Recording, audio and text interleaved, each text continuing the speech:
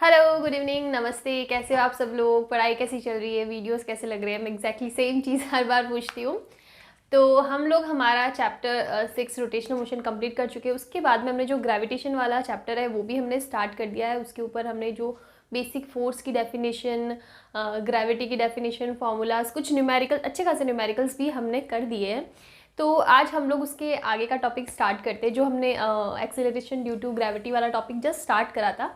उसके अंदर कुछ 2-3 पॉइंट्स है, वो हम लोग आज पढ़ लेते हैं। फिर उसके बाद में हम लोग जो भी आगे का टॉपिक होगा उसके बारे में बात करेंगे। अभी तक मैंने जितना भी पढ़ाया है, मैं हमेशा बोलती हूँ, अगर उसमें कहीं पे भी किसी भी टॉपिक में कोई प्रॉब्लम आ रही है, do let me know in the comment section. आप मुझे कमेंट्स में बताना कि हाँ, यहाँ पे इस टॉपिक में, इस न्यूमेरिकल में या किसी भी पर्टिकुलर जगह मुझे यहाँ पे समझ में नहीं आया, मुझे कन्फ्यूज़न हो रहा है, तो मुझे बताना, मैं वो चीज़ क्लियर कर दूँगी। ओके, चलो ठीक है। चलो अभी हम लोग स्टार्ट करते हैं हमारा आगे का टॉपिक। तो पिछले जो वीडियो था उसके अंदर हमने पढ़ा था कि जो ग्रेविटेशनल कांस्टेंट है, sorry, gravitation due to acceleration है, तो जी हमने पढ़ा था, उसका फॉर्मूला था Gm/r²। कि ये जो डिपेंड करता है ना, हम लोग किस मास के लिए बात कर रहे हैं उसके लिए डिपेंड नहीं करता, ये ओवरऑल अर्थ के मास के लिए डिपेंड करता है। इसका मतलब अर्थ पे कोई भी मास, चाहे वो ऑब्जेक्ट हैवी हो, लाइट हो, कोई भी उसका मास हो, जब वो फ्री फॉल करेगा ना तो उसका एक्सेलरेशन जो रहेगा ना वो सेम रहने वाला है Gm/r², बिकॉज वो उसके मास पे तो डिपेंड ही नहीं कर रहा है। वो किस पे डिपेंड कर रहा है? अर्थ की रेडियस पे डिपेंड कर रहा है, अर्थ का ग्रेविटेशनल कांस्टेंट पे डिपेंड कर रहा है, अर्थ के मास पे डिपेंड कर रहा है। तो बेसिकली इसकी वैल्यू फिक्स ही रहने वाली है, चाहे वो मास कितना ही हैवी हो या कितना ही लाइट हो। और वो वैल्यू कितनी है? 9.8 मीटर/सेकंड स्क्वायर। ये चीज़ हमने पढ़ी थी। अब हम लोग पढ़ने वाले, क्या हम लोग अर्थ के ऊपर हाइट में जाते हैं या डेप्थ में आते हैं तो क्या इस वैल्यू में चेंजेस होते हैं? इसका मतलब है अर्थ से कुछ ऊपर जा रहे हैं या अर्थ से कुछ अंदर जा रहे हैं, डेप्थ में जा रहे हैं या हाइट में जा रहे हैं। क्या इन दो चीज़ों की वजह से, इन दो चेंजेस की वजह से इसकी ग्रेविटेशनल कांस्टेंट में, ग्रेविटी के अंदर कुछ चेंज आता है? तीसरा पॉइंट रहेगा, क्या अर्थ के रोटेशन की वजह से इसमें कुछ चेंज आता है? ये 3 इंपॉर्टेंट पॉइंट्स हम लोग पढ़ने वाले हैं। काफ़ी इंपॉर्टेंट पॉइंट है, इसके ऊपर न्यूमेरिकल्स भी आते हैं। चलो, तो सबसे पहला हम लोग लेते हैं चेंज इन जी। मैं जी लिख रही हूँ, जी मतलब ग्रेविटी, आप समझ जाओगे, gravitational acceleration. Change in g due to height. अगर हम लोग किसी हाइट पे जा रहे हैं ना तो उसको हम लोग पहले कैलकुलेट कर रहे हैं कि उसमें कितना चेंज आ सकता है। तो सबसे पहले हम लोग एक डायग्राम से समझते हैं कि किस टाइप की हाइट की हम लोग बात कर रहे हैं। फॉर एग्जाम्पल, हम लोग अर्थ की बात करें तो हम लोग अर्थ को लेके ही चलने वाले हैं। ये हमारी अर्थ है, ठीक है। इसकी रेडियस कितनी हो जाएगी? Capital R। अब हम लोग अर्थ के सरफेस से, ठीक है, अर्थ के सरफेस से कुछ हाइट पे कोई भी एक पार्टिकल है, हम लोग इस हाइट को ले लेते हैं h, और यहाँ पे कोई भी पार्टिकल है, P पॉइंट ले लेते हैं। तो इसके लिए ग्रेविटी, जो ग्रेविटेशनल एक्सेलरेशन है उसकी वैल्यू क्या होगी? इस पॉइंट पे, P पॉइंट पे, एट P, G कितना होगा वो हमें निकालना है। और ये P पॉइंट का है, अर्थ के सरफेस से h हाइट पे है। तो इसका मतलब देखो, जब भी हम लोगों ने ये वाला जो फॉर्मूला है, इसके अंदर जो वैल्यू निकाली ना, हम लोग सेंटर से मेजर करते हैं। देखो ये चीज़ आपको याद रखनी है, आगे हम लोग पोटेंशियल भी पढ़ने वाले, फील्ड भी पढ़ने वाले, तो मैक्सिमम जो कैलकुलेशन होगी ना वो अर्थ के सेंटर से लेनी है, ठीक है। तो यहाँ पे भी अगर हम लोग अर्थ के सेंटर, ये सेंटर हो गया, सेंटर से लेते, तो अगर हम लोग ये बात करें, ये हमारा क्या है? सरफेस है, अर्थ का सरफेस है। अगर सिर्फ यहाँ तक की बात करते हैं तो ये डिस्टेंस आती है, ये डिस्टेंस किसके बराबर है? R के बराबर है, ठीक है, रेडियस के बराबर है। अब हम लोग यहाँ से लेके यहाँ तक की बात करें, इस पॉइंट पे निकाल रहे हैं, किसकी वजह से? अर्थ की वजह से। अर्थ से h हाइट पे कोई पॉइंट है, तो उसकी वजह से जो ग्रेविटेशनल एक्सेलरेशन उस पॉइंट पे होगी वो किसकी वजह से लग रही है? अर्थ की वजह से लग रही है। और अर्थ को हम लोग एज अ होल सेंटर पे कंसीडर कर रहे हैं, इसलिए हम लोग यहाँ से इसकी वैल्यू कैलकुलेट करेंगे, ठीक है। तो अगर हम लोग यहाँ से वैल्यू कैलकुलेट करते हैं तो टोटल डिस्टेंस हमारे पास कितनी आती है? ये आती है R + H होगी, ठीक है। तो हमारे पास फॉर्मूला क्या है? G = Gm। इनमें कोई चेंज नहीं आने वाला। रेडियस चेंज हो गई, यहाँ पे हम लोग सिर्फ सरफेस की बात करते थे ना, तब हमारे पास R आती थी। अब हम लोग किसी हाइट h पे चले गए तो अब क्या हो जाएगा? R + H। डिस्टेंस चेंज हो गई ना, तो डिस्टेंस क्या हो जाएगी? R + H और इसका होल स्क्वायर। यहाँ तक कोई प्रॉब्लम नहीं होनी चाहिए। अब जो बात आती है वो आती है मैथमेटिकल कैलकुलेशन की। तो कैसे हो सकता है? G = Gm हो गया। अब यहाँ पे आर स्क्वायर आप कॉमन ले लो, देखो आर का आर प्लस एच का होल स्क्वायर है ना, तो आर कॉमन नहीं आएगा, आर स्क्वायर कॉमन आएगा। जब हम लोग आर स्क्वायर कॉमन लेंगे तो क्या आ जाएगा, 1 प्लस एच बाई आर का होल स्क्वायर, ये वैल्यू हो जाएगी। अब यहाँ पे आप देखो, ये हम लोग एच हाइट में बात कर रहे हैं, एच हाइट में ये जो वैल्यू है ना, ये जानी पहचानी है। कौन सी जानी पहचानी है, ये हमें पता है कि अर्थ के सरफेस वाली ग्रेविटेशनल एक्सीलरेशन है। तो हम लोग ऐसे लिख सकते हैं g h equals to general g, इस पूरी वैल्यू को जी से लिख देते हैं, पीछे बचेगा 1 प्लस एच अपॉन आर का whole square. So this is our general formula कि हम लोग एच हाइट पे ग्रेविटेशनल एक्सीलरेशन जो होगी वो होगी g h equals to g, यानी जो सरफेस पे होने चाहिए, divided by this term 1 plus h by r का होल स्क्वायर।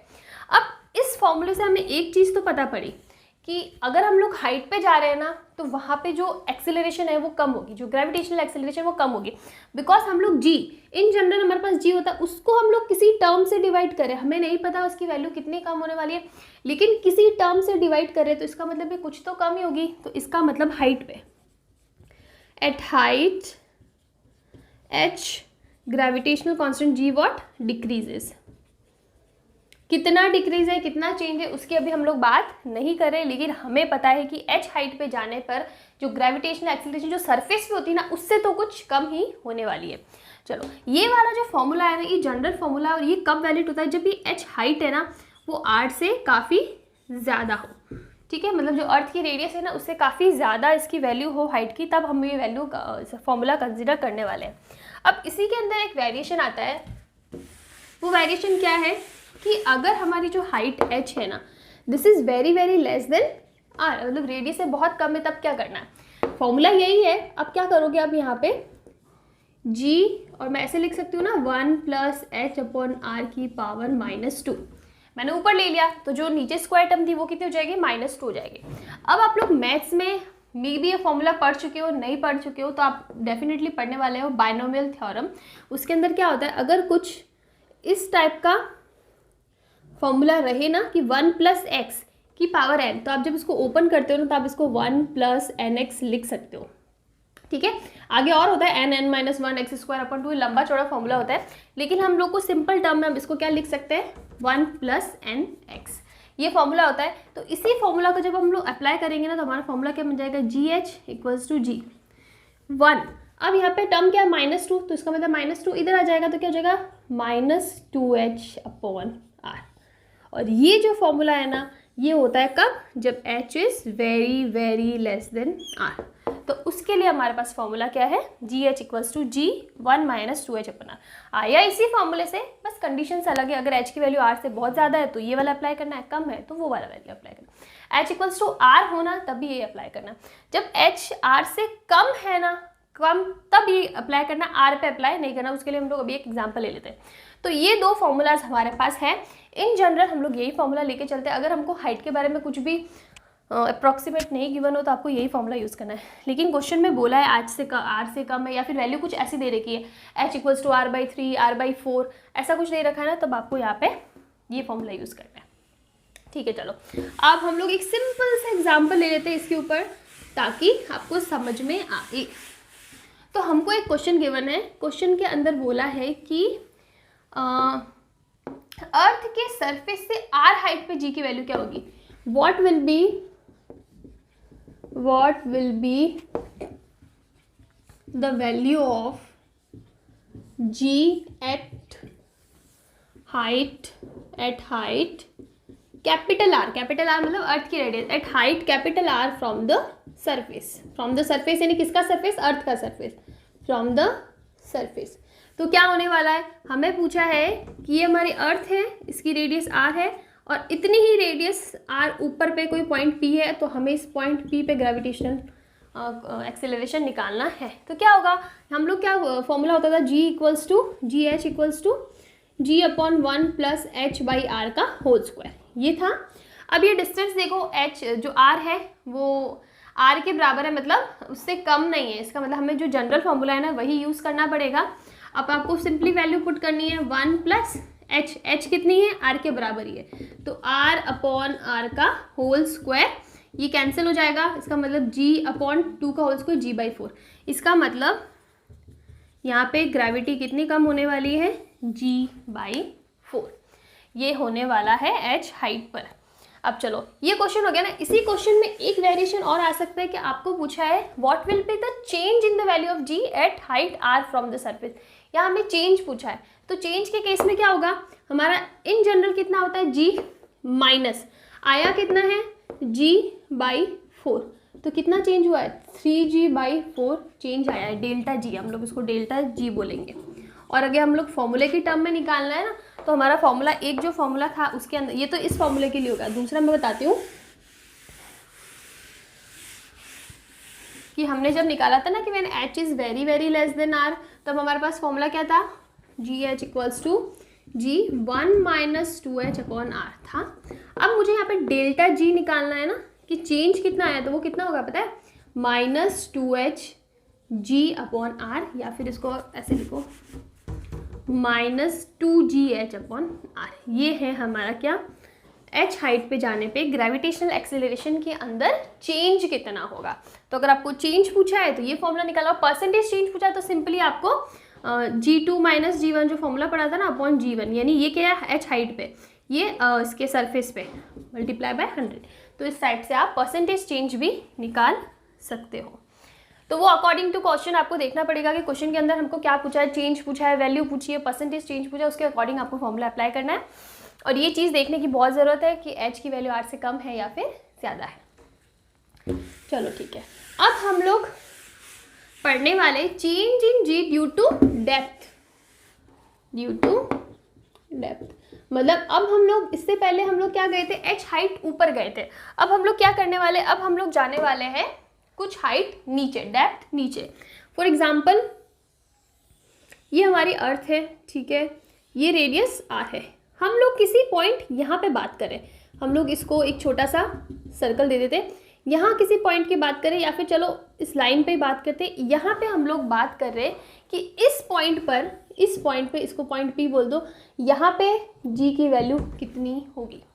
तो हमने सारी कैलकुलेशन सेंटर से करी है, तो हमने मान लिया कि ये जो हाइट है ना, डेप्थ, ये सेंटर से कितने डिस्टेंस पे है, d डिस्टेंस पे, टोटल कितना है, r है सॉरी ये जो है ना, ये अर्थ के सरफेस से कितनी, हम लोग सरफेस से जो डिस्टेंस हाइट ली थी ना, हमने h हाइट ली थी, तो ये भी हमने कहाँ से ली थी, यहाँ सरफेस से ली थी, सरफेस से ली थी ना, कि सरफेस से h हाइट पे था। तो उसी टाइप से अगर हम लोग सरफेस से देखें तो ये डिस्टेंस कितनी होगी, इसको मैं हटा देती हूँ, ये डिस्टेंस है हमारी d हमने इसलिए लिया क्योंकि हम लोग डेप्थ की बात करें तो d की ले लिया, वहाँ पे हाइट की बात करें तो h ले लिया, तो ये हमने d ले लिया। टोटल डिस्टेंस कितनी है r, और हमें जो कैलकुलेशन करनी होती है ना वो हमने यहाँ से ली थी, याद करो ये सेंटर था, और टोटल डिस्टेंस हमने ली थी r + h, ऐसे लिया था कैलकुलेशन। सेम हमें करनी है कि हमें ये वाले डिस्टेंस चाहिए, तो ये वाली डिस्टेंस कितनी होगी, ये d है, टोटल r है, तो ये वाली डिस्टेंस r - d हो जाएगी ना, r - d। तो ये डिस्टेंस हमारे निकल के कितनी है, r - d, इसको हम लोग हटा देते हैं। अब देखो, अब यहाँ पे जो मेन चेंज आने वाला है ना, वो चेंज होने वाला है कि जब भी हम लोग अर्थ जो है ना उसको हम लोग सॉलिड स्फीयर ले सकते हैं ना, होलो स्फीयर तो है नहीं, ये सॉलिड है, पूरा सॉलिड है, तो सॉलिड स्फीयर की अंदर की साइड में, इनसाइड पॉइंट पे जब हम लोग ग्रेविटेशनल एक्सेलरेशन निकालेंगे ना, तो उसकी वैल्यू जो आती है ना g, वो वैल्यू आती है gmr/r²। ये वैल्यू हमारे पास आती है जब जब हम लोग इनसाइड पॉइंट की बात करेंगे। आप लोग बोल रहे कि ये हमने नहीं पढ़ा, ऑब्वियसली आपने नहीं पढ़ा, ये पॉइंट थोड़ा सा हमने पहले करवा दिया। इसके जस्ट बाद वाला जो टॉपिक आने वाला है जिसमें हम लोग इलेक्ट्रिक फील्ड की बात कर, सॉरी इलेक्ट्रिक ग्रेविटेशनल फील्ड की बात करें, इंटेंसिटी की बात करने वाला है, उसमें आप ये चीज़ पढ़ लोगे। तो डोंट वरी, आप ऐसा मत सोचो कि ये कहाँ से आ गया अचानक से, अब नेक्स्ट टॉपिक में पढ़ने वाले हो, ये थोड़ा सा पहले ले लिया मैंने। तो यहाँ पे आपके पास वैल्यू क्या है, g = gmr/R²। अब यहाँ पे जो r है ना, वही ये डिस्टेंस है कि कितनी डिस्टेंस अंदर की हम लोग बात कर रहे हो, कितने की बात कर रहे हैं, r - d की बात कर रहे हैं। तो हमारा फॉर्मूला हो जाएगा g = gm/r², और ये क्या हो जाएगा, r - d। अब हम लोग क्या कर सकते हैं, हम लोग ले लेते हैं कॉमन ले लेते हैं, क्या कॉमन ले लेते हैं, r कॉमन ले लेते हैं, तो क्या हो जाएगा gm/r, यहाँ से कॉमन हो गया, सॉरी इसके अंदर से हम लोग r कॉमन ले लेते, क्या हो जाएगा 1 - d/r। हो जाएगा। ओके चलो, एक हमने यहाँ पे गड़बड़ कर दी, ये जो होता है ना होता है आर क्यूब, कितना होगा आर क्यूब, तो यहाँ पे भी क्या हो जाएगा आर क्यूब हो जाएगा। तो g इक्वल्स टू क्या हो जाएगा जी एम, एक आर से एक आर कैंसिल हो जाएगा, अपॉन आर स्क्वायर, और ये कितना हो जाएगा 1 माइनस डी अपॉन आर, ये वैल्यू हो जाएगी। और ये वैल्यू हमें पता है क्या है सरफेस पे, ये जो है ना वैल्यू है सबके लिए हमने डेप्थ पे निकाली है डी पे, तो हमारे पास जो फाइनल फॉर्मूला है ना वो क्या आ जाएगा g d equals to G1 minus d upon r, ये हो जाएगी हमारे पास वैल्यू। तो अगर हमें हाइट पे निकालना है, हमने कैलकुलेशन कर दी, इसमें कोई भी चेंजेस नहीं, ये फिक्स होने वाला है, बिकॉज अगर ये जो डेप्थ है ना वो आर से ज़्यादा हुई तो इसका मतलब लोग हाइट की बात कर रहे हैं ना, तो यहाँ पे कोई चेंजेस नहीं होने वाला है, फिक्स फॉर्मूला है, सिंगल फॉर्मूला है, g d equals to G1 minus d upon r, where d is what depth, आएगा कितना डेप्थ पे हो जाएगा G1 minus d upon are. देखो यहाँ पे भी सेम चीज़ हो रही है, किसी टर्म से ये क्या हो रही है जी की वैल्यू माइनस हो रही है, अगर मैं इसको ओपन करूँ ना तो ये क्या हो जाएगा g d equals to g minus g d upon r, g d upon are.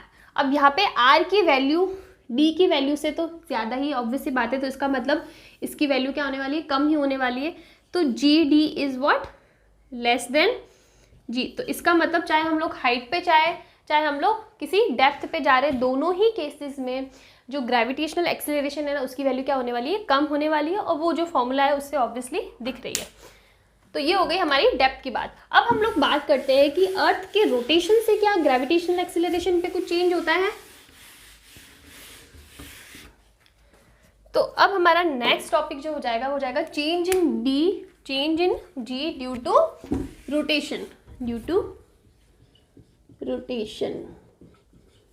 कि रोटेशन की वजह से ग्रेविटेशनल एक्सेलरेशन में क्या चेंज आ सकता है। तो सेम हमारा अर्थ वाला एग्जांपल ले लेते हैं, ये हमारे पास अर्थ है, ठीक है, ये इसका एक्सिस ऑफ रोटेशन है और ये रोटेट कर रही है किसी एंगुलर वेलोसिटी ओमेगा से।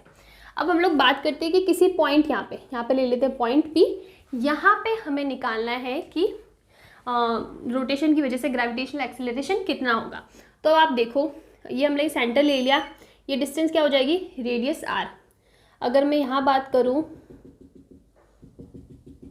ऐसे हो जाएगा, और अब हम लोग देखो ये हो जाएगा हमारा, यहाँ पे आर लिख देते हैं, ये हमारा मास mg, यहाँ पे कोई पार्टिकल m है, किसी मास के लिए तो हम लोग निकालते हैं ना, तो यहाँ पे हमारा कोई पॉइंट मास रखा हुआ है विच इज़ mg।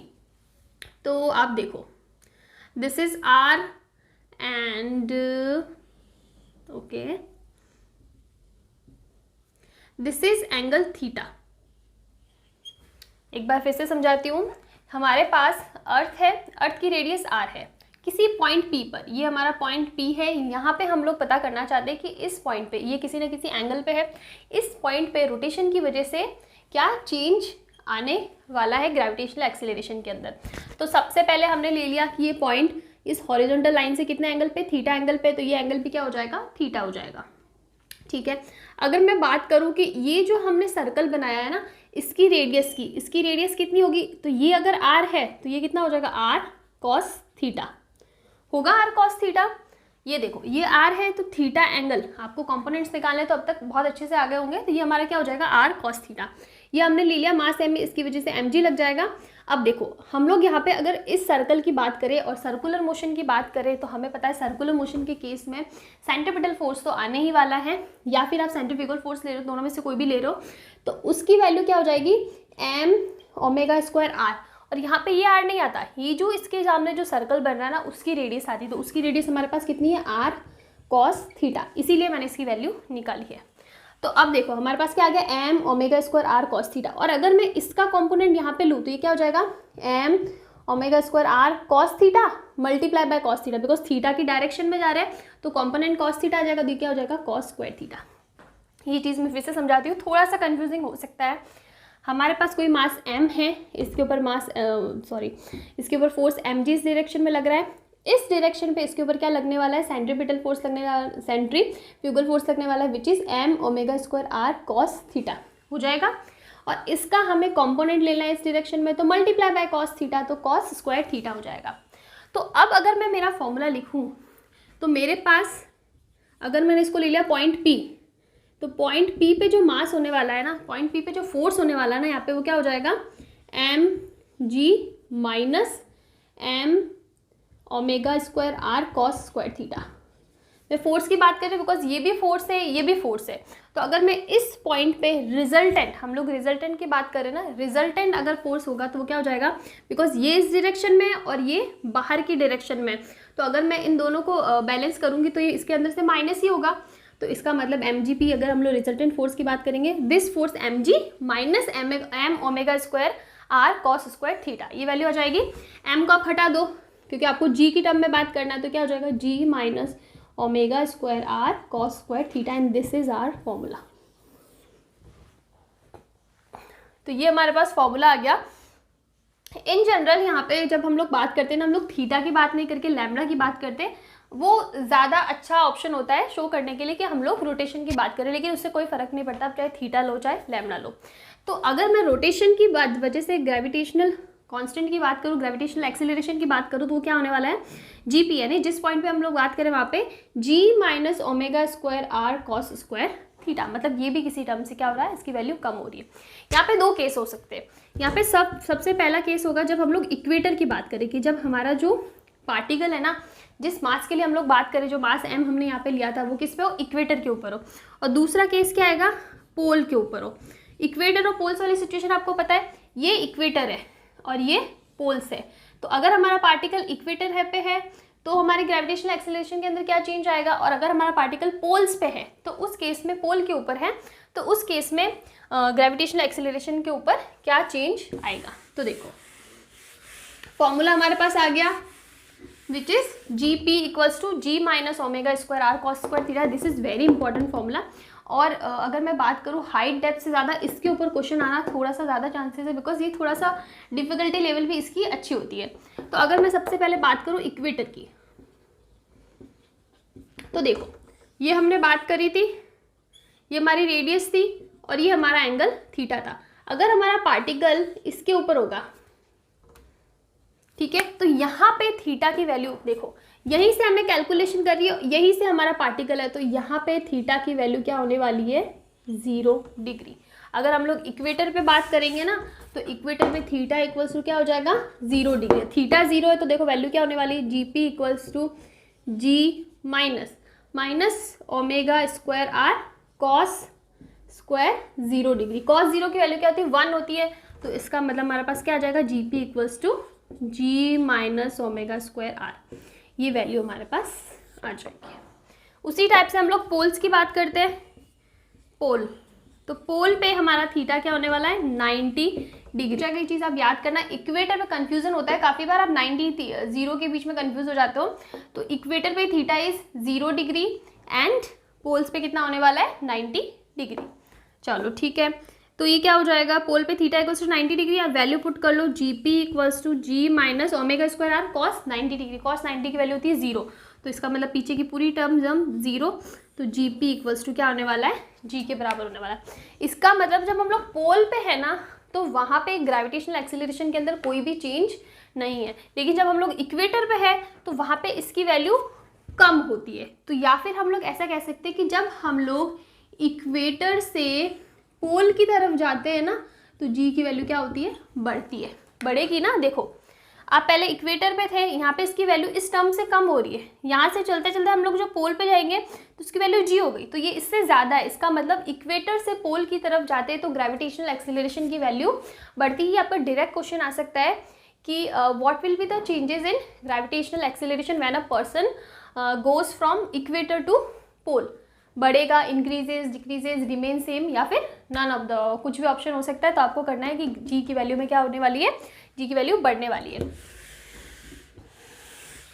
तो ये हमारे पास 3 पॉइंट हो गए। इसके अंदर एक और चीज़ है कि G पोल की बात करें एंड G इक्वेटर की बात करें, तो इनके बीच का जो डिफरेंस होता है ना, 0.03 रेडियन पर मीटर स्क्वायर, रेडियन पर सेकेंड स्क्वायर होता है।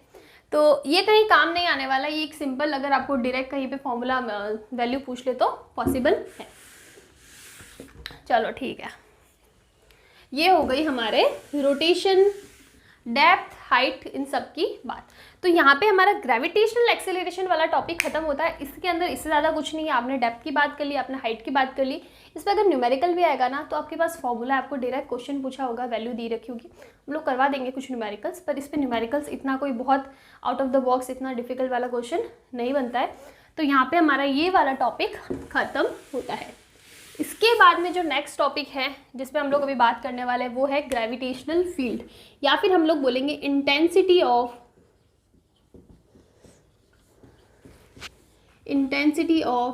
Gravitational field. क्या होता है gravitational intensity of gravitational field? देखो, हम लोग अर्थ की बात कर रहे हैं, ठीक है, मेनली हम लोग अर्थ को ही लेके चल रहे हैं। ये हमारा अर्थ है और यहाँ पे कोई पार्टिकल है अर्थ के सरफेस से बाहर की तरफ, तो ये तो अर्थ से बाहर है लेकिन फिर भी ये ग्रेविटेशनल लॉ को फॉलो करेगा, ये अर्थ की तरफ अट्रैक्ट होगा। आप इसका सबसे अच्छा एग्जांपल ले सकते हो ना, सन अर्थ के अराउंड, अर्थ सन के अराउंड राउंड करती है। तो वो क्यों करती है? क्योंकि वहाँ पे भी ग्रेविटेशनल फील्ड काम करता है, gravitational acceleration, gravitational field, gravitational force काम करता है। द रीज़न इज़ कि अगर वो अर्थ से बाहर है उसके बाद में भी वो ग्रेविटेशनल फील्ड को कैसे फील कर रहा है। तो इसका बेसिक सिंपल सी चीज़ यही होती है कि जब अर्थ है ना वो से अपने चारों तरफ एक एरिया लेके चलती है, और उस एरिया में, वो एरिया कितना भी हो सकता है, फॉर एग्जांपल ये अर्थ है और ये इतना एरिया है, ठीक है, इस एरिया के अंदर जो भी मास आएगा, जो भी चीज़ आएगी, जो भी पार्टिकल, जो भी बॉडी आएगा, वो इस फील्ड को फील करने वाला है। उस एरिया में आने वाले हर पार्टिकल पर, हर बॉडी पर ग्रेविटेशनल फोर्स लगने वाला है। ऐसा नहीं है कि हम लोग अर्थ की बात कर रहे हैं ना तो अर्थ के अंदर ग्रेविटेशन है, बाहर का हमें पता नहीं, ये अपने चारों तरफ इसका एक एरिया बना रखा है ग्रेविटेशनल फील्ड का, और जब तक कोई पार्टिकल उस एरिया के अंदर है तब तक उसके ऊपर ग्रेविटेशनल फील्ड लगने वाला है। तो ये जो फील्ड होता है ना, इसी को हम लोग बोलने वाला है ग्रेविटेशनल फील्ड। और अगर मैं इसकी वैल्यू की बात करूँ या फिर इसकी इंटेंसिटी, हम लोग ज़्यादा अच्छे तरीके से एक्सप्रेस कर सकते हैं कि इंटेंसिटी जो ग्रेविटेशनल फील्ड की होती है, let's say this is E, तो इसकी वैल्यू होती है फोर्स पर यूनिट मास। इसका मतलब है force per unit mass is the intensity of gravitational field. तो उसको रिप्रेजेंट करने का तरीका ये हमारे क्या है, इंटेंसिटी है, या फिर आप सिंपल सा लिख सकते हो उसको gravitational field, intensity of gravitational field which is what F/m0। और अगर मैं बात करूँ इसकी यूनिट की, तो यूनिट क्या होने वाला है, सिंपल सा देखो, फोर्स अपॉन m, तो इसका मतलब न्यूटन पर किलोग्राम। अगर मैं बात करूँ इसकी डायमेंशन की, तो इसकी डायमेंशन क्या होने वाली है, m0L1T⁻², ये इसकी डायमेंशन हो जाएगी। और क्या चीज़ हो सकती है, हाँ, सबसे इंपॉर्टेंट चीज़, ये जो इंटेंसिटी है ना ग्रेविटेशनल फील्ड की, वो एक वेक्टर क्वांटिटी है। इसका मतलब इसकी डायरेक्शन होती है वेक्टर क्वांटिटी। तो ये तो कुछ बेसिक चीज़ हो गई, बेसिक फॉर्मूलाज हो गए, बेसिक पॉइंट्स हो गए किसके बारे में, इंटेंसिटी ऑफ ग्रेविटेशनल फील्ड। सबसे पहली चीज़ आती है, क्या होता है ग्रेविटेशनल फील्ड? जो अर्थ अपने चारों तरफ एक एरिया, अपने चारों तरफ एक एरिया क्रिएट करती है, जो भी पार्टिकल, जो भी मास उस एरिया के अंदर आने वाला है ना, उसको वो ग्रेविटेशनल फोर्स फील होगा, उसके ऊपर वो ग्रेविटेशनल फोर्स लगेगा। तो ये जो अपने सराउंडिंग एरिया इसने क्रिएट करा है ना, ये होता है gravitational field, which is different from gravitational acceleration and gravitational constant, which is very obvious कि उससे तो डिफरेंट होने वाला है। तो इस एरिया के अंदर जो भी आएगा उसके ऊपर ग्रेविटेशनल फील्ड लगने वाला है, इसीलिए हम लोग उसको बोलते हैं इंटेंसिटी ऑफ ग्रेविटेशनल फील्ड। तो इसकी वैल्यू होती है फोर्स पर, जो फोर्स लगने वाला है ना उसके ऊपर फोर्स पर यूनिट मास, तो वो होने वाला हमारा क्या, इंटेंसिटी ऑफ ग्रेविटेशनल फील्ड। इसकी यूनिट न्यूटन पर किलोग्राम होती है, डायमेंशन होता है, और इसकी एक वेक्टर क्वांटिटी, इसका मतलब इसकी डायरेक्शन भी होती है। चलो, ये तो कुछ बेसिक पॉइंट्स हो गए। अब हम लोग बात करते हैं कि इसको हमें कैसे एग्जीक्यूट करना है, इसके ऊपर की जो न्यूमेरिकल्स होंगे ना उनको कैसे, उन पे थ्योरी अप्लाई करनी है। हमने जो बेसिक फॉर्मूला होता है वो पढ़ लिया इंटेंसिटी ऑफ ग्रेविटेशनल फोर्स का। तो हमारे पास क्या था, E = force per unit mass, ये हमारे पास इंटेंसिटी का फॉर्मूला है। अब यहाँ पे देखो, फोर्स की वैल्यू आपको पता है, फोर्स की वैल्यू कितनी है, Gm1 m2 upon r square ये होती है। यहाँ पे हमारे पास एक मास m0 है, तो आप एक को m लिख दो और एक को m0 कर दो, ठीक है। तो ये हमारे पास जो इंटेंसिटी है ना, इसका फॉर्मूला क्या हो जाएगा, Gm अपॉन आर स्क्वायर। तो ये होता है हमारे पास क्या, इंटेंसिटी का formula, which is Gm upon r square. जिस मास की बात कर रहे हैं वो अपॉन आर स्क्वायर, ये हो जाएगा हमारे पास इंटेंसिटी का फॉर्मूला।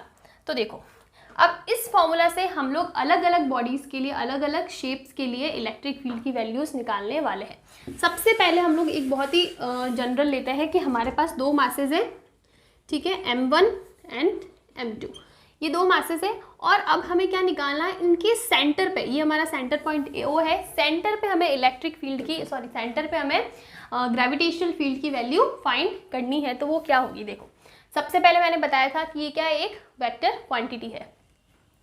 तो ये क्या होगा, डायरेक्शन होगी इस टाइप से, अवे फ्रॉम द पॉइंट, जिस पॉइंट पे हम लोग निकालते हैं उससे अवे होता है, और हम लोग इस पॉइंट पे निकाल रहे हैं तो इससे अवे जाने वाला है।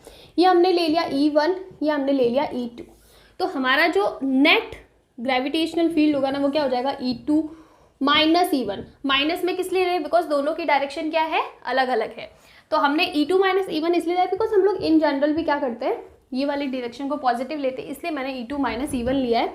तो E2 की वैल्यू क्या हो जाएगी, Gm2 अपॉन डिस्टेंस। देखो अगर मैं इस टोटल डिस्टेंस को ले लेती हूँ r, ठीक है, और ये दोनों सेंटर के लिए बात करें तो ये r/2 होगी, और ये भी क्या हो जाएगी, r/2, ये वैल्यू होने वाली है। तो हम लोग लिखेंगे r/2 का whole square minus Gm1 upon r/2 का होल स्क्वायर। आप इसको कैलकुलेट कर लो, तो 4/r स्क्वायर और g कॉमन आने वाला, और पीछे बचेगा m2 माइनस m1, ये हमारे पास रिलेशन आ जाएगा। और अगर आपको क्वेश्चन में गिवन है कि if m1 equals to m2, तो उस केस में हमारा जो ई नेट है ना, जो फील्ड है वो क्या हो जाएगा, ज़ीरो हो जाएगा, बिकॉज इस टर्म की वैल्यू क्या हो जाएगी, ज़ीरो। तो इस टाइप से आप, अगर हम लोग सिर्फ दो मासेस की बात करें तो वहाँ पे आप ये कैलकुलेशन कर सकते हो, ओके। अब एक पॉइंट आता है न्यूट्रल पॉइंट, हम लोग बात करते हैं, दिस इज़ वेरी इंपॉर्टेंट। हाँ, ये न्यूट्रल पॉइंट वाला जो टॉपिक है ना, ये अभी तो आप पढ़ने वाले हो, इसके अलावा जब आप लोग 12th क्लास में इलेक्ट्रिक फील्ड पढ़ोगे ना, उसमें भी ये काफ़ी अच्छा टॉपिक बनता है, काफ़ी न्यूमेरिकल्स है। तो हम लोग बात करते हैं न्यूट्रल पॉइंट की, कि न्यूट्रल पॉइंट क्या होता है, या फिर हम लोग इसको क्या बोल सकते हैं, नल पॉइंट। क्या होता है इसमें, हमारे पास दो मासेस हैं, ये हो गया m1, ये हो गया m2। अब एक ऐसा पॉइंट, हमने ये पॉइंट ले लिया पॉइंट P, तो इस पॉइंट के ऊपर क्या होता है, जो फील्ड होगा ना m1 की वजह से, वो किसके इक्वल होगा, m2 की वजह से जो होगा ना फील्ड, उनके लिए इक्वल होगा इस पॉइंट पे। मतलब ये फील्ड E1 m1 की वजह से इक्वल्स टू ये फील्ड E2। ये दोनों क्या है, दोनों का मैग्नीट्यूड, मतलब यहाँ पे डायरेक्शन एक दूसरे के ऑपोजिट है, तो वहाँ पे हम नेगेटिव पॉजिटिव को साइन लेने वाले, हम लोग इसका मैग्नीट्यूड लेने वाले, जो कि ना क्या होने वाला है, इक्वल होने वाला है। तो अब देखो, इन जनरल हम लोग कुछ भी डेटा वगैरह नहीं लेते, हमने मान लिया कि टोटल डिस्टेंस क्या है, r है, ठीक है। तो हमने मान लिया कि ये m1 पॉइंट से x डिस्टेंस पे, तो m2 पॉइंट से क्या हो जाएगा, r माइनस x डिस्टेंस हो जाएगी ना, ठीक है। तो अब देखो E1 के लिए जो इसकी ग्रेविटेशनल फील्ड, उसकी वैल्यू क्या होगी, Gm1 अपॉन x स्क्वायर होगा, और इसके लिए क्या होगा, Gm2 upon r minus x का होल स्क्वायर हो जाएगा। अब देखो g से g कैंसिल कर दो, और अब क्या निकलना है, अब आपको कोई एक दे सकते, तो हम लोग लिख सकते हैं m1 r माइनस x का whole square equals to m2 x square, ठीक है। आप इनका अंडर रूट ले लो, तो हो जाएगा under root m1 r minus x equals to under root m2 x। आपको x की वैल्यू निकालनी है, तो हम लोग कर सकते हैं, क्या कर सकते हैं, हम लोग लिख सकते हैं under root m1 r minus under root m1 x equals to under root m2 x। आप लोग x वाली टर्म को एक साइड ले जाओ, तो हो जाएगा under root m1 r equals to under root m2 plus under root m1 multiply by, sorry common ले लेंगे, और ये हो जाएगा x बार, और यहाँ से आपकी x की वैल्यू आ जाएगी क्या, under root m1 upon under root m2 plus under root m1 multiply by r। ये हमारे पास आ जाएगी x की वैल्यू। बेसिकली न्यूट्रल पॉइंट में आपको सबसे जो पहली अप्रोच लगानी है, वो अप्रोच लगानी है कि इस पॉइंट पर दोनों ही साइड का जो फील्ड होगा वो क्या होने वाला है, इक्वल होने वाला है। और किसी एक साइड की डिस्टेंस आप अपने हिसाब से x ले लो, तो दूसरी हमें पता है जो भी टोटल डिस्टेंस होगी उसमें से माइनस हो जाएगी। अगर ये x है तो r माइनस एक्स, और अगर आपने इसको x लिया है तो ये वाली क्या हो जाएगी r माइनस एक्स।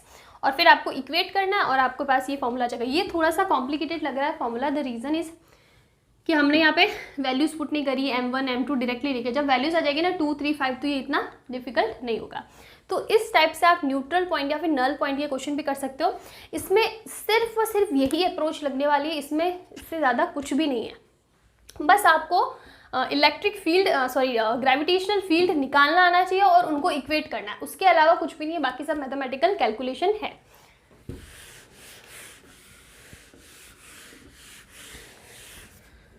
देखो मैं जो पढ़ा रही हूँ ना उसमें मैं फिर बोलती हूँ, बार बार बोलती हूँ, ज़रूरी नहीं है कि सबको एक ही चीज़ एक बार में ही समझ में आ जाए। सबका माइंडसेट अलग अलग होता है। किसी को कोई टॉपिक है जो बहुत ज़्यादा डिफिकल्ट होगा तो किसी के लिए वो टॉपिक बहुत इजी होगा, उसको जल्दी समझ में आएगा, बाकी लोगों के लिए नहीं होगा। और उसका ऑपोजिट भी हो सकता है, कोई टॉपिक बहुत डिफिकल्ट है तो किसी को नहीं आ रहा, किसी को आ जाएगा। ईजी है तो किसी को डिफिकल्ट लगेगा, किसी को ईजी लगेगा। तो इस टाइप से तो सब मैं बेसिकली ये चीज़ बोलना चाहती हूँ कि अगर आपको किसी भी टॉपिक में कहीं पे भी कुछ प्रॉब्लम आती है तो आप बिना किसी हेजिटेशन के मुझसे पूछना। ये मत सोचना कमेंट्स में कि यार मैं इतना इजी पूछ रहा हूँ तो बाकी लोग सोचेंगे कि अरे यार इसको ये भी नहीं आता। नहीं, ऐसा कुछ भी नहीं। अगर आपको कंपटीशन क्लियर करना है, आपको अपनी क्लास में टॉप करना है, तो आपको इस हेजिटेशन को तो साइड में रखना ही पड़ेगा। ऑनेस्टली अच्छे तरीके से आप मुझे पूछना कि ये चीज़ मुझे नहीं समझ में, इस पॉइंट पर या फिर इस पर्टिकुलर टाइम पर जो आपने पढ़ाया वो मुझे नहीं समझ में आया, मैं डेफिनेटली उस पर आपका जो भी कन्फ्यूज़न होगा वो क्लियर करूँगी। चाहे मैं शॉर्ट्स बना के करूँ, चाहे नेक्स्ट वीडियो में करूँ, चाहे कैसे भी करूँ। ठीक है, तो एक बार वीडियो को कंप्लीट देखना ताकि आपको पता पड़े कि कौन सी चीज़ मुझे समझ में आ रही है, कौन सी नहीं आ रही है। न्यूट्रल पॉइंट पे क्वेश्चंस बनते हैं, एग्जाम में भी बनते हैं और मैं भी करवाने वाली हूँ। ठीक है, तो अभी हम लोग करते हैं ओके, अभी हम लोग पढ़ते हैं कि किसी रिंग की वजह से अगर हमें ग्रेविटेशनल फील्ड की वैल्यू निकालनी है तो कैसे होगी।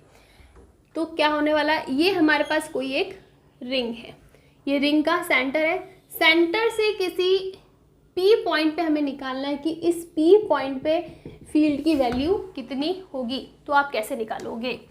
तो हमने मान लिया कि ये सेंटर है और ये जो सेंटर से डिस्टेंस है ना, इसको हमने ले लिया x। ठीक है, अब देखो रिंग है, रिंग के अंदर रिंग होलो होती है, रिंग के अंदर कुछ भी नहीं है। जो भी मास रहेगा वो रिंग के सर्कमफेरेंस पे रहेगा। तो अगर मैं बात करूँ, यहाँ पे हमने कोई मास ले लिया d है, तो इसकी वजह से इस पॉइंट पे इस डायरेक्शन में फील्ड होगा। ये डायरेक्शन क्यों है ये तो आपको पता ना, इसको हमने ले लिया डी ई पी। सॉरी, जिस पॉइंट पे हम लोग बात करते हैं ना, हमने हमेशा बोला है कि अवे फ्रॉम द पॉइंट, जहाँ पे हम लोग बात करें उससे दूर जानी चाहिए डायरेक्शन। तो इस पॉइंट पे बात करें, यहाँ पे हमको निकालना अवे, मतलब इस डायरेक्शन में होगा। उसी टाइप से इससे जो डायमेट्रिकली अपोजिट पॉइंट है ना, यहाँ पे हमने कोई मास ले, एग्जैक्टली उसके लिए भी सेम रहने वाला है और इसकी वैल्यू भी सेम होगी डी ई पी। अब अगर मैं बात करूँ, देखो ये इसकी हो जाएगी क्या, रेडियस। तो हमारे लिए डिस्टेंस निकालना बिल्कुल ईजी है, पाइथागोरस लगा दो तो ये क्या हो जाएगा r square plus x square, और एग्जैक्टली सेम इसके लिए भी होने वाला है। तो देखो पॉइंट से पी की डिस्टेंस सेम होने वाली है, सेंटर से सेम है, तो इन दोनों फील्ड्स की वैल्यू भी तो सेम होगी। चलो ठीक है, ये हमने निकाल दिया। अब देखो हमने ले लिया कि ये कोई एंगल थीटा है, तो अगर मैं इसके कंपोनेंट्स निकालूं तो इस डायरेक्शन में दोनों ही कंपोनेंट इस डायरेक्शन में आने वाले हैं, तो क्या हो जाएगा 2 DEP cos थीटा होगा ना। इसकी वजह से भी DP cos थीटा, इसकी वजह से भी DP cos थीटा, तो क्या हो जाएगा 2DP cos थीटा। और वर्टिकल कंपोनेंट है ना, वो एक दूसरे को कैंसिल आउट कर देंगे, बिकॉज वो इक्वल है तो वो एक दूसरे को कैंसिल आउट कर देंगे। चलो ठीक है, ये वैल्यू हमारे पास आ गई। तो अब देखो, अब हम लोग किसी एक पॉइंट की वजह से, ये टोटल है, हम लोग किसी एक पॉइंट की वजह से अगर हमको इलेक्ट्रिक फील्ड निकालना है तो वो क्या होगा इंटीग्रेशन। ये तो देखो हमने दोनों के लिए लिया है, हम लोग किसी एक की बात कर रहे हैं, तो क्या हो जाएगा इंटीग्रेशन ऑफ DEP हो जाएगा। अब देखो क्या होगा, इंटीग्रेशन क्या होगा GDM, हम लोग DM मास के लिए बात कर रहे हैं, अपॉन डिस्टेंस का स्क्वायर। डिस्टेंस अब हमारी R नहीं होगी या फिर X नहीं होगी, जहाँ पे मास है और जिस पॉइंट पे निकालना है वो डिस्टेंस। तो क्या मतलब क्या हो जाएगा R square plus x square. Root है लेकिन नीचे स्क्वायर आता है तो हमारे पास ये टर्म हो जाएगी। ये हो गया। अब इसके मल्टीप्लाई में क्या है, कॉस थीटा है, dp कॉस थीटा, तो यहाँ पे भी आप कॉस थीटा से मल्टीप्लाई कर दो। अब देखो, अब लिमिट क्या लगेगी, आपको किस चीज़ की लिमिट लगानी है। यहाँ पे देखो, क्या r square plus x square change होने वाला है, नहीं होने वाला है, सेम है। एक्स स्क्वायर चेंज होगा, नहीं, इसकी भी नहीं लगेगी लिमिट। कॉस थीटा, चाहे आप यहाँ से यहाँ पे कहीं पे ले लो, कॉस थीटा की वैल्यू भी वेरी नहीं होने वाली। इस पॉइंट से इस पॉइंट तक ये जो वैल्यू है ना, ये आपके रिंग है।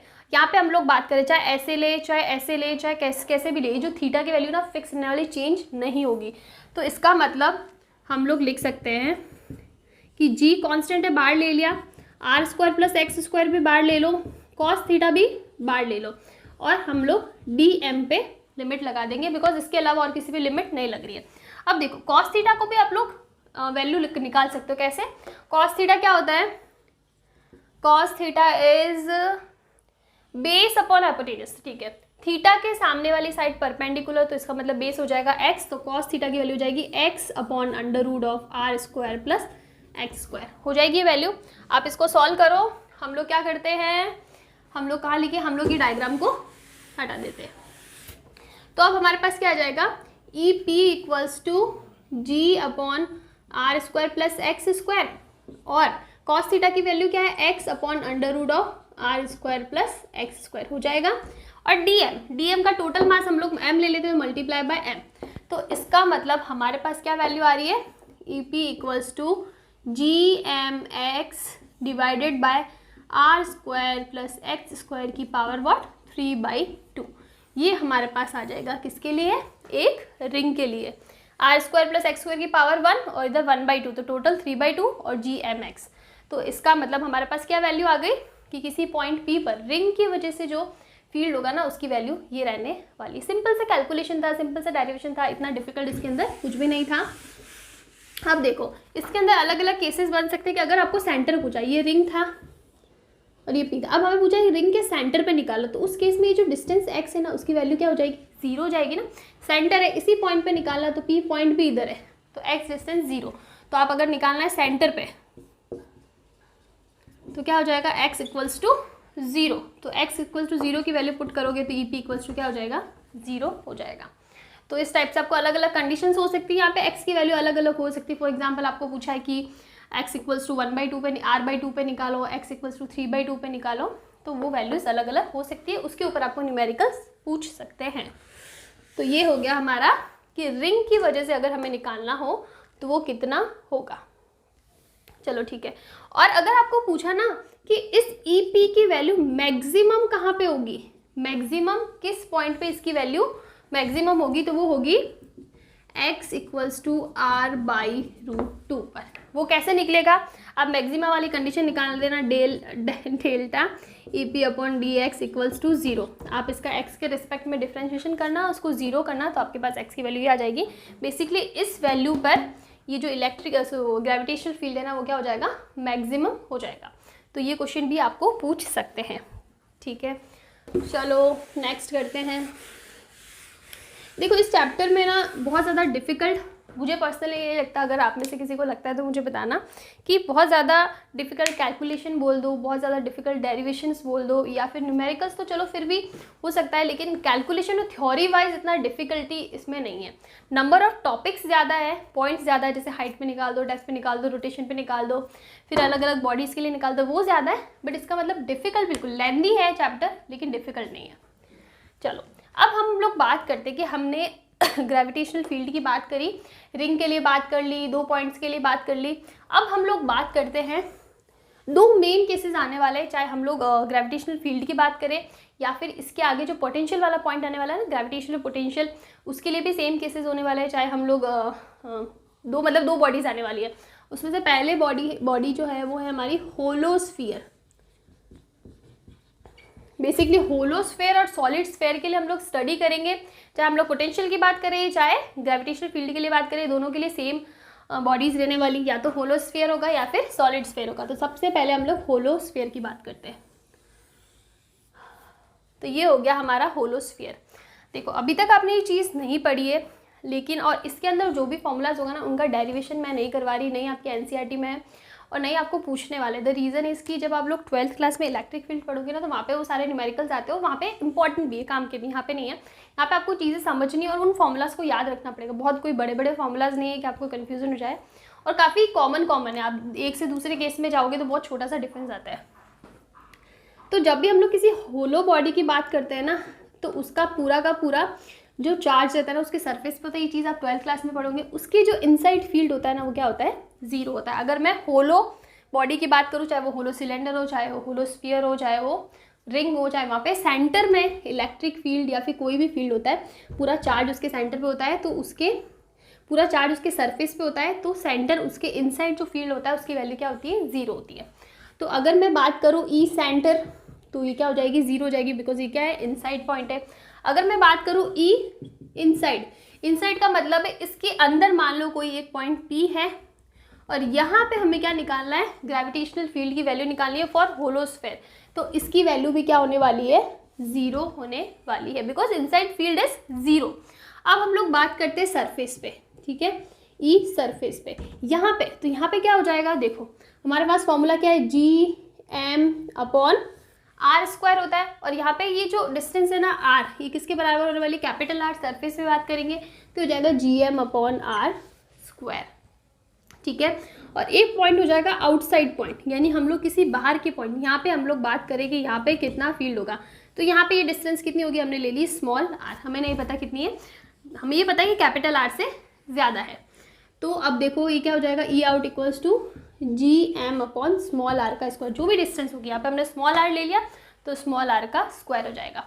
तो ये हमारे पास 4 वैल्यूज़ आने वाली है। सेंटर पे और इनसाइड पॉइंट पे क्या होने वाला है? 0 होने वाला है। सरफेस पे हमें पता है और आउटसाइड पता है, बस इन 4 के अलावा और भी कोई केस होने वाला नहीं है। इससे ज़्यादा जो इम्पोर्टेंट होता है ना, वो होता है कि आपको इन चारों की चारों वैल्यूज़ को ग्राफ में कैसे रिप्रेजेंट करना है। तो हम लोग एक ग्राफ बना देंगे। This is distance r and this is field E, g बोल देते हैं। ग्रेविटेशनल फील्ड की बात कर ले तो जी बात करते हैं। अब देखो ये पॉइंट हो गया कि 0 पे वैल्यू 0, इनसाइड भी 0, सरफेस पे जाके ये फील्ड जो है इसकी वैल्यू स्टार्ट कर ले। तो हम लोग ले लेते हैं यार, ले लो ये ले लो r = r। यहाँ पे जा पे इसकी वैल्यू क्या होने वाली है? r² से, और वो भी क्या होने वाली है? कम होने वाली है। तो हम लोग जब इसका बनाएंगे ना ग्राफ, तो ये कुछ इस टाइप से होगा। This is for r is greater than r। तो ये हमारे पास वैल्यू यहाँ पे क्या है? e = 0। तो देखो जब r = कैपिटल R, यानी सरफेस के अंदर की बात करें, तो वहाँ पे फील्ड की वैल्यू क्या है? 0। इन दोनों पॉइंट के लिए 0, सेंटर पे भी 0 और इनसाइड पॉइंट पे भी 0 है। जब हम लोग सरफेस पे आ जाएंगे, तब सरफेस पे इसकी कुछ वैल्यू होती है, उसको हम लोग बोलते हैं Gm/R²। उसके बाद में स्मॉल r बड़ा है ना कैपिटल R से, तो वैल्यू कम हो रही है, तो धीरे धीरे इसकी वैल्यू कम हो रही है। जब हम लोग किस डायरेक्शन में जाते हैं? r is greater than r की डायरेक्शन में जाते हैं, तब इसकी वैल्यू क्या होने लग जाती है? कम होने लग जाती है। तो ये इसका ग्राफिकल रिप्रेजेंटेशन है कि आपको ग्राफ में इसको ऐसे शो करना है। आपको एग्जाम में ना, मेंस वगैरह के एग्जाम में से क्वेश्चन आते हैं कि आपको डायरेक्टली 4 ग्राफ दे देंगे, और आपको जो राइट ग्राफ होगा ना उसको करेक्ट करना है। तो इस टाइप से इसका ग्राफ बनेगा। अभी हम लोग दूसरा केस लेते हैं। हम लोग बात करते हैं सॉलिड स्फीयर की, कि सॉलिड स्फीयर के केस के अंदर क्या होगा। तो अब हमारे पास आ गया सॉलिड स्फीयर। सॉलिड स्फीयर, तो सॉलिड स्फीयर के अंदर क्या है? आपको एक सॉलिड स्फीयर लेना है। अब देखो हमने जब होलोस्फीयर की बात करें ना, तो हमने बोला इनसाइड फील्ड 0 है, लेकिन यहाँ पे इनसाइड फील्ड 0 नहीं है, अंदर भी एक फील्ड है। तो यहाँ पे अगर मैं पॉइंट्स की बात करूँ, तो सबसे पहले मैं आउटसाइड पॉइंट की बात करती हूँ, ठीक है, कि आउटसाइड किसी पॉइंट यहाँ पे जिसकी डिस्टेंस क्या है? स्मॉल r है, तो वहाँ पे क्या? वहाँ पे सेम रहने वाला कितना होगा? Gm/r का स्क्वायर। उसके बाद में हम लोग आ गए सरफेस पे। ई सरफेस कितना होने वाला है? Gm/R², सेम ही होने वाला है। यहाँ पे आ गए तो ये डिस्टेंस कितनी हो गई? कैपिटल R हो गई, तो वैल्यू होगी Gm/R²। अब हम लोग बात करते हैं ई इनसाइड की, तो ये हो जाएगा Gm/R/R क्योंकि जो फॉर्मूला अभी हमने थोड़ी देर पहले क्वेश्चन के अंदर पढ़ा था, जब हमने डेप्थ वाले पॉइंट की बात करी थी कि एक्सेलरेशन में डेप्थ की वजह से क्या चेंज आता है, तो वहाँ पे हमने ये फॉर्मूला पढ़ा था। तो ये फॉर्मूला आता है जब हम लोग इनसाइड पॉइंट की बात करेंगे ना। देखो पहले वाले केस में तो क्या था कि हम लोग आउटसाइड से आए, जब हम लोग होलो की बात करें तो कुछ चेंज हुआ, सरफेस पे आके अपॉन आर स्क्वायर आया, उसके बाद में फील्ड क्या है, उसके बाद में फील्ड है नहीं, तो वो वैल्यू क्या हो गई, 0 हो गई, ठीक है। अब यहाँ पे क्या हो रहा है, यहाँ तक आया, उसके बाद में अंदर भी फील्ड है, तो उसकी वजह से उस पार्टिकल के फील्ड पे कुछ ना कुछ क्या होगा, इफेक्ट पड़ेगा, कुछ ना कुछ चेंज आएगा। तो जैसे जैसे वो अंदर की साइड आता है ना, उसकी वैल्यू क्या हो जाती है, GM R upon capital R cube. ये R कौन सी पॉइंट होती है, जो भी इनसाइड पॉइंट की बात करेंगे ना, उसके लिए डिस्टेंस R होती है। और जब हम लोग सेंटर पे आएंगे ना, तो सेंटर पे ये वैल्यू 0 होने वाली है, बिकॉज आप लोग ले लो सेंटर पे स्मॉल r की वैल्यू क्या हो जाएगी, 0 हो जाएगी। जब सेंटर पे है तो यहाँ पे स्मॉल r इक्वल्स टू 0, तो इसका मतलब टोटल फील्ड भी क्या हो जाएगा, 0 हो जाएगा। तो ये हमारे पास 4 पॉइंट्स है कि इस आउटसाइड सरफेस पे क्या होगा, सरफेस पे क्या होगा, इनसाइड पॉइंट पे क्या होगा, और सेंटर पे क्या होने वाला है। सेम उसी तरह इसका भी ग्राफिकल रिप्रेजेंटेशन होगा। कैसे होगा, देखो आप ले लो, ये हमारा ये ग्रेविटेशनल फील्ड हो गया Eg, और ये हो गई हमारी डिस्टेंस R। सबसे पहले सेंटर पे, तो सेंटर पे तो 0 होने वाला है। उसके बाद हम लोग पॉइंट ले लेते हैं R इक्वल्स टू R। जब तक हम लोग सरफेस तक जा रहे हैं ना, तब तक ये कैसे बढ़ रहा है, स्मॉल r के क्या है, प्रोपोर्शनल है। तो इसका मतलब जब हम लोग प्रोपोर्शनल पॉइंट की बात करते हैं तो हम लोग ऐसे बात करते हैं, प्रोपोर्शनल। उसके बाद में यहाँ पे सरफेस पे आके ये कांस्टेंट होने वाला है, ये कांस्टेंट, और उसके बाद क्या हो जाएगा, कम होने लगेगा, r is greater than r, r equals to r, and r is less than r। ये हमारे पास 3 पॉइंट है। जब इनसाइड पॉइंट की बात करेंगे तब वहाँ पे r के प्रोपोर्शनल होता है, सरफेस पे ये कांस्टेंट होता है, उसके बाद इसकी वैल्यू क्या होने लग जाती है, इसके बाद इसकी वैल्यू कम होने लग जाती है। तो ये इसका ग्राफिकल रिप्रेजेंटेशन है कब, सॉलिड स्फीयर के केस में। तो बस यही 2 केस होते हैं, या तो आप होलो स्फीयर पढ़ने वाले हो या फिर आप सॉलिड स्फीयर पढ़ने वाले हो। जब हम इलेक्ट्रिक फील्ड में आएंगे ना, तो वहाँ पे कंडक्टिंग नॉन कंडक्टिंग केसेस भी आते हैं अलग से, लेकिन यहाँ पे कंडक्टिंग नॉन कंडक्टिंग कुछ नहीं, बिकॉज हम लोग चार्ज की बात नहीं कर रहे हैं। तो ये 2 केस हो गए हमारे पास। लोग आज के लिए इतना ही रखते हैं। हम लोगों ने यहाँ पे gravitational due to acceleration complete करा, ग्रेविटेशनल फील्ड कंप्लीट कर दिया। उसके बाद में 2-3 टॉपिक और रहते हैं, हम लोग नेक्स्ट वीडियो में ट्राई करेंगे कंप्लीट करते। नहीं होगा तो उसके आदत में 1 वीडियो और बन जाएगा, मैक्स टू मैक्स 2 वीडियो से ज़्यादा टाइम नहीं लेने वाला है। तो आज का वीडियो हम लोग यहीं पे एंड करते हैं। इसके बाद के टॉपिक्स हम लोग नेक्स्ट वीडियो में बात करेंगे। तब तक के लिए थैंक यू।